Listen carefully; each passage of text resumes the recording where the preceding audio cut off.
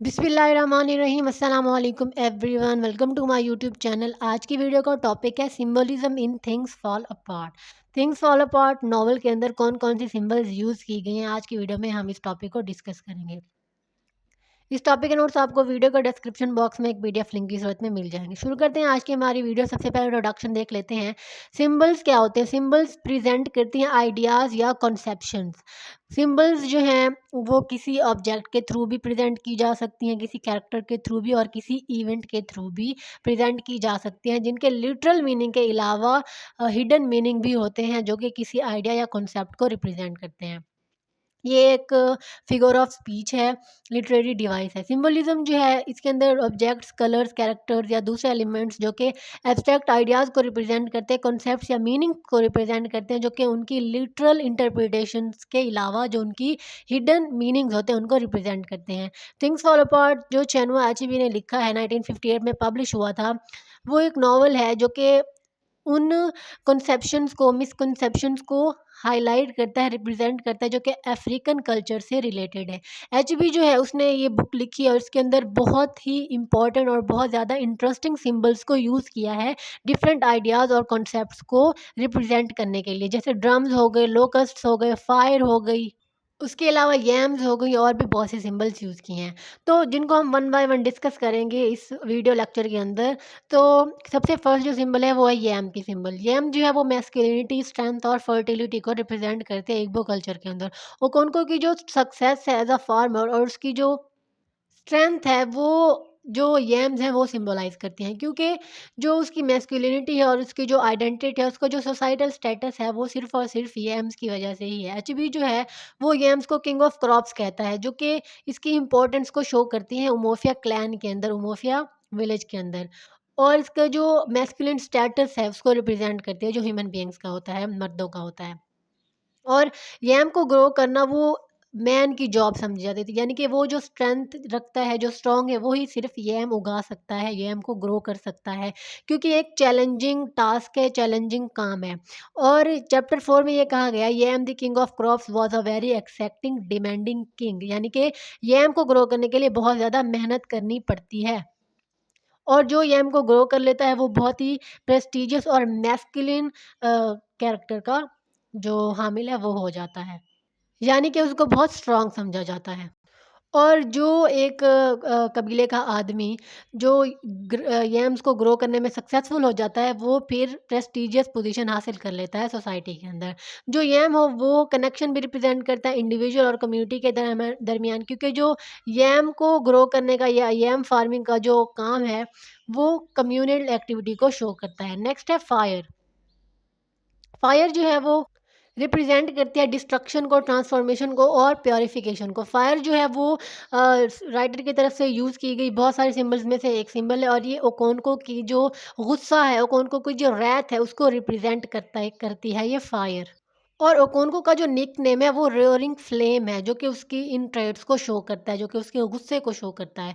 उसका जो गुस्सा है, उसका जो एंगर है वो बहुत ज़्यादा है। और जो नरेटर है वो कहता है, whenever he could not get his words he words out quickly enough he would use his fists, के जब वो अपना गुस्सा सही तरीके से बाहर नहीं निकाल पाता तो वो अपनी जो हथेली है, जो हाथ है उनकी, उनको ज़ोर से बंद कर लेता है।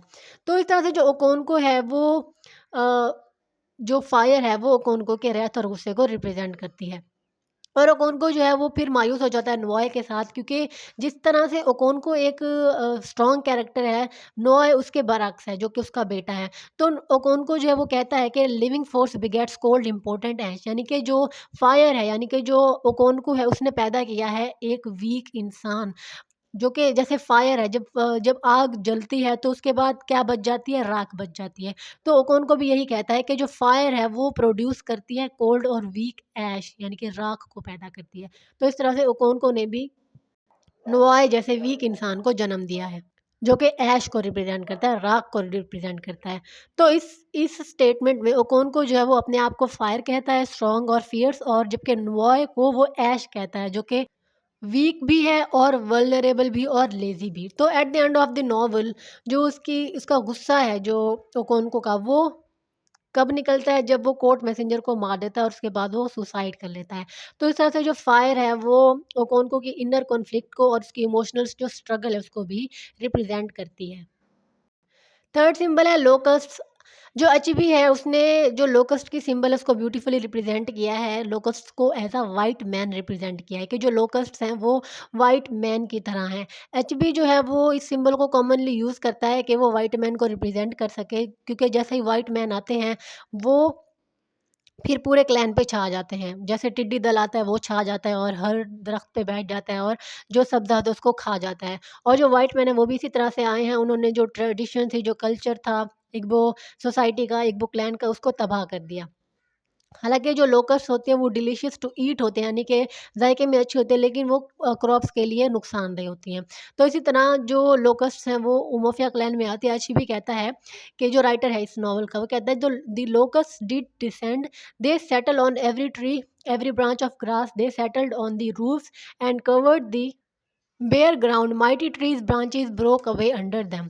कि जो लोकस्ट हैं वो आ गई हैं और वो हर दरख्त पे बैठ जाती हैं और पूरे ग्राउंड पे जहाँ पे घास होती है वहाँ बैठ जाती हैं, और जो बड़े बड़े दरख्त होते हैं उनकी जो ब्रांचेस होती हैं वो टूट जाती हैं जब ये लोकस्ट बहुत ज़्यादा तादाद में उनके ऊपर बैठती हैं। तो इस तरह से जो लोकस्ट हैं वो सिम्बोलाइज करती हैं वाइट मैन को। नेक्स्ट है फॉरेस्ट। फॉरेस्ट जो है वो अननोन फियर को और स्पिरिचुअल कनेक्शन जो कि इग्बो कल्चर का है अपने एल्डर्स के साथ, एंसेस्टर्स के साथ, उनको रिप्रेजेंट करता है।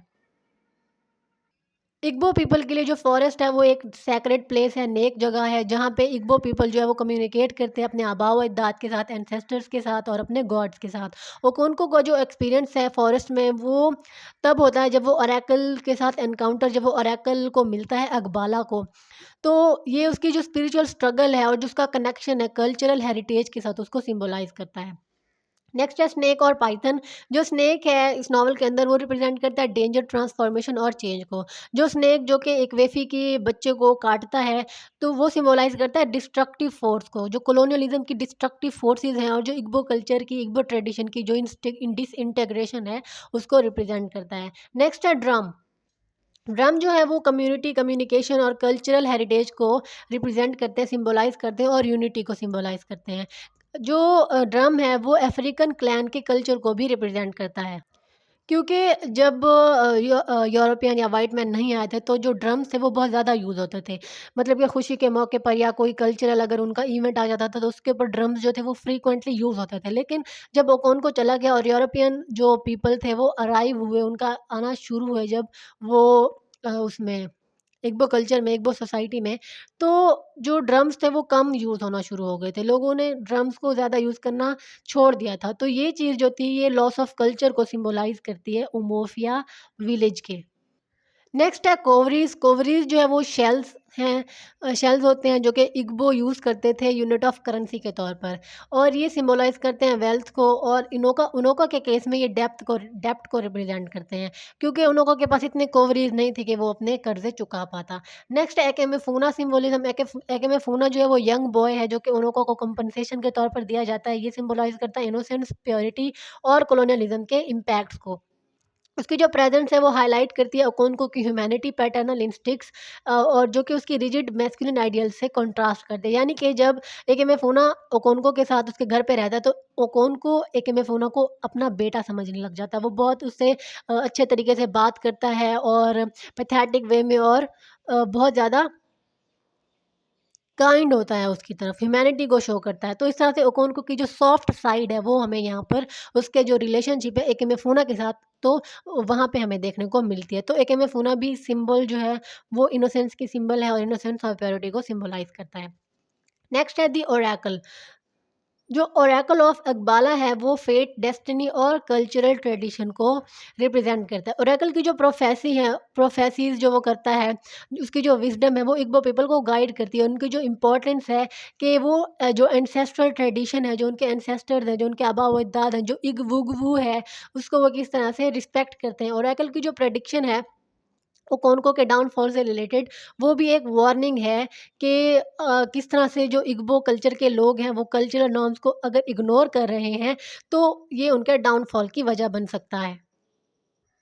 एग्स रिप्रेजेंट करते हैं, सिंबलाइज करता है फर्टिलिटी को, लाइफ एंड जो circle of birth and death है उसको। द कोलोनेट जो है वो सिंबलाइज़ करता है हॉस्पिटैलिटी को, फ्रेंडशिप को और एक्सेप्टेंस को इग्बो सोसाइटी के अंदर। और ये ऑफ़र किया जाता है तब जब किसी को वेलकम करना हो या गुडविल के लिए। नेक्स्ट है इग्बुगबू। इग्बुगबू जैसा कि मैंने आपको पहले बताया कि उनके एंसेस्ट्रल्स जो अ, उनके एंसेस्टर्स हैं इग्बो कल्चर के, वो उनमें से कुछ लोग, एक ग्रुप है जो कि मास्क पहन के आ जाते हैं और रिप्रेज़ेंट करते हैं कि वो उनके एंसेस्टर्स हैं और उनसे डिसीज़न मेकिंग भी करवाते हैं। तो जो इग्बुगबू है, मास्क जो स्पिरिट्स हैं वो रिप्रेज़ेंट करते हैं एंसेस्टर्स को और ट्रेडिशनल जस्टिस सिस्टम को और अथॉरिटी को रिप्रेजेंट करते हैं क्लैन्स के एंसेस्टर्स के। इग्बो कल्चर के जो लोग हैं, उनके जो एंसेस्टर थे, उनकी अथॉरिटी को इग्बो रिप्रेजेंट करता है। हालाँकि ये वही सेम लोग नहीं होते, लेकिन वो रिप्रेजेंट करते हैं मास्क पहनकर। उनके मास्क भी कोई नहीं उतार सकता और ना ही कोई इनकी रियल आइडेंटिटी को जानता है। नेक्स्ट है week of peace. Week of peace symbolise करता है ट्रेडिशन की इंपॉर्टेंस को, हार्मनी को और रिस्पेक्ट को कम्युनिटी के अंदर। मिशनरीज क्लोथिंग सिंबलाइज करती हैं वेस्टर्न इन्फ्लुएंस को और इग्बो सोसाइटी के रिलीजियन को।